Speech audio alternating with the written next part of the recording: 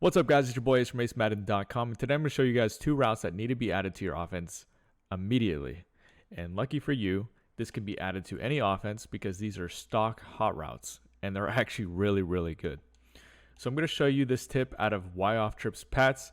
I talked about this yesterday. This is D. Croft's offense. He just dropped it on AceMadden.com. He actually just won the Mutthead FNF last night, which is the first one of the year, $1,000 tournament. They do it every single week. And he beat all of the competitive players to take home first place using this offense. So if you guys want something high octane, go get yourself this offense. All right, so let's talk about the tip. We'll come out and Pat's Y out. I want to show you a few different things here, so be patient with me. Let me see what audibles I have. Let me go ahead and put a cover 3 in here so I can just show you all the coverages real quick. So we'll start with Tampa 2. And let me go ahead and respot the ball and put it over here. Okay, so the first route that you want to be adding to your offense is the running back out route. So hit Y or triangle, and then hit whatever your running back icon is, probably Y or triangle, and then left stick out. And this is what he's going to do. He's just going to go up the field and then out. Simple out route, right? So here's what we're going to do. I'm going to set up the play like I showed you yesterday. And this was actually really bad. I can't believe I got this animation the first time I showed you guys. That doesn't happen often. He literally got stuck on the offensive line and then he just started slowly drifting upfield. That's not going to happen often. You're going to see it's more like this. And really, he usually goes up the other gap. I'm kind of surprised that he keeps doing that. Let's go ahead and do it again. There we go. That's what we're looking for. And you notice how he just has a lot of purpose to his route. So let's go ahead and go to instant replay. And just look at how beautiful this route is. It's one of the few routes that really has a sharp cut on his break. You see how he goes upfield and then boom, breaks out. This is going to beat man coverage. I'll show it to you in a second against man coverage. But the main reason I like this over table routes, so I'll go ahead and put Bernard on a table route, is I don't like how, number one, table routes get out to the flats immediately. It doesn't give time for whatever route you have on the other side of the field, or not on the other side of the field, on the same side of the field, to push zones back. You see how the cloud flat peels off of the curl immediately? Let's go to instant replay. And you're going to see that he peels off immediately, and it takes a perfect throw and rack to really get, a first down or something. Meanwhile, you can get a first down on the out route because he goes up the field first. That gives time for this route to push zones back, and then you can throw it to him. So let me show you one more time with the table route.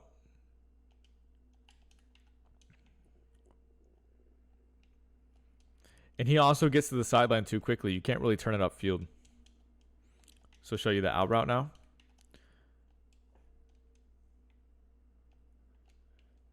You see the difference? You see how we can really take it up and get a first down just off of a little out route from your running back? It's just better than a table route in my opinion. And then if we look at it versus man coverage, you're going to notice it's even worse. I mean, you can really cook these linebackers. If that safety wasn't over there in a deep path, maybe it's a cover 1, you're going to be taking that almost at the crib. Show you one more time that it's not a fluke. This route will break a linebacker's ankles. Even if it's a safety at linebacker, he is going to cook him. And then versus cover 3, it's the same concept really, like against the cover 2. The point is a lot of people don't use 0-yard hard flats right now, and 0-yard hard flats are the only thing that are going to consistently cover this route. See, he got bugged there. It actually ended up working out in our favor, but against like a man coverage or something that's going to hurt the route, it's not going to get, sorry, I got hiccups. It's not going to get the separation that you want it to versus man coverage if he gets bumped at the line. But it's going to be a positive gain most of the time. Like, it really has to be usered, or they have to have 0-yard hard flats. Those are basically the only answers. I think maybe a quarter flat can match to it, but I'm not 100% sure about that. So that's going to be route number 1. And then, as kind of lame as this is, the number 2 route is going to be an in route from your running back. So both of these routes are from your running back. And the route that this replaces, in my opinion, or at least I wouldn't say fully replaces, but you can use in place of, and that's going to be drag routes. So first, let me show you drag routes. And I don't like them as much this year. I like them from the tight end a little bit more than the receivers. But let's go ahead and run the drag from my slot receiver. So let's go ahead and run it like this. And I got the perfect example here to show you why drags are good, because zones are bad. But the fact is, the route itself isn't good. In prior years, he would literally he wouldn't do this little stutter step that he does. He would just immediately go to the left side of the field, and he would do it pretty quickly. He would do it with purpose. I don't feel like he does that this year. It's very sluggish. If you motion him over to the other side of the field and motion snap him, it's going to be the same story. The fact is, the only reason the drag is good is because of where the drag goes. So what that means is all the zones are dropping back. So yeah, the drag's still going to be viable, but against like man coverage and stuff, like you're not going to see a lot of separation from this drag here.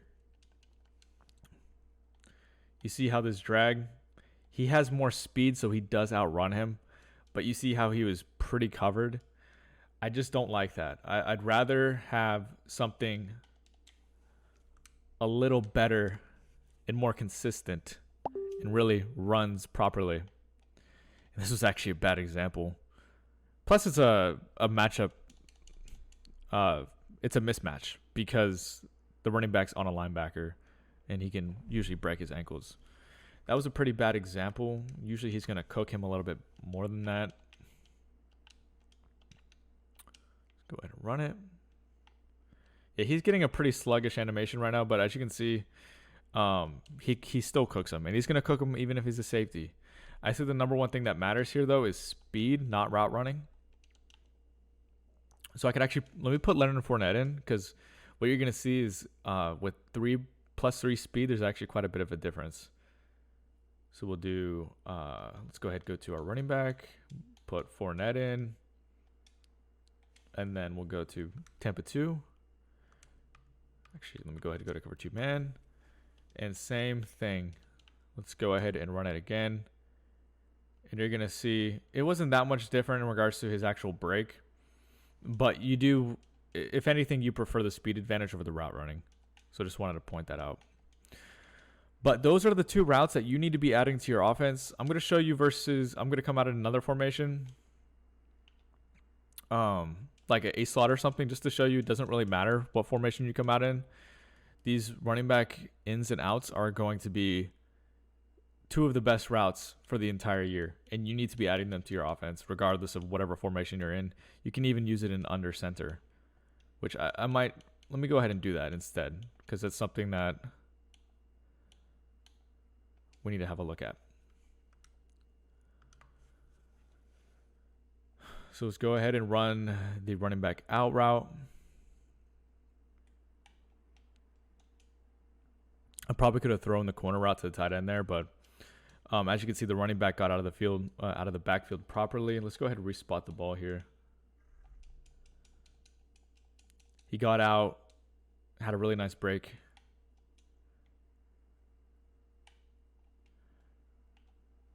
And that's like the easiest read ever. I mean, you're going to get 5+ yards. I would say pretty frequently you get a first down just off of this check down. And then I'll do the out route in a second, or the in route in a second. And since you don't get to the sideline immediately, you do have time to spin it back inside. And then, of course, you have the in route.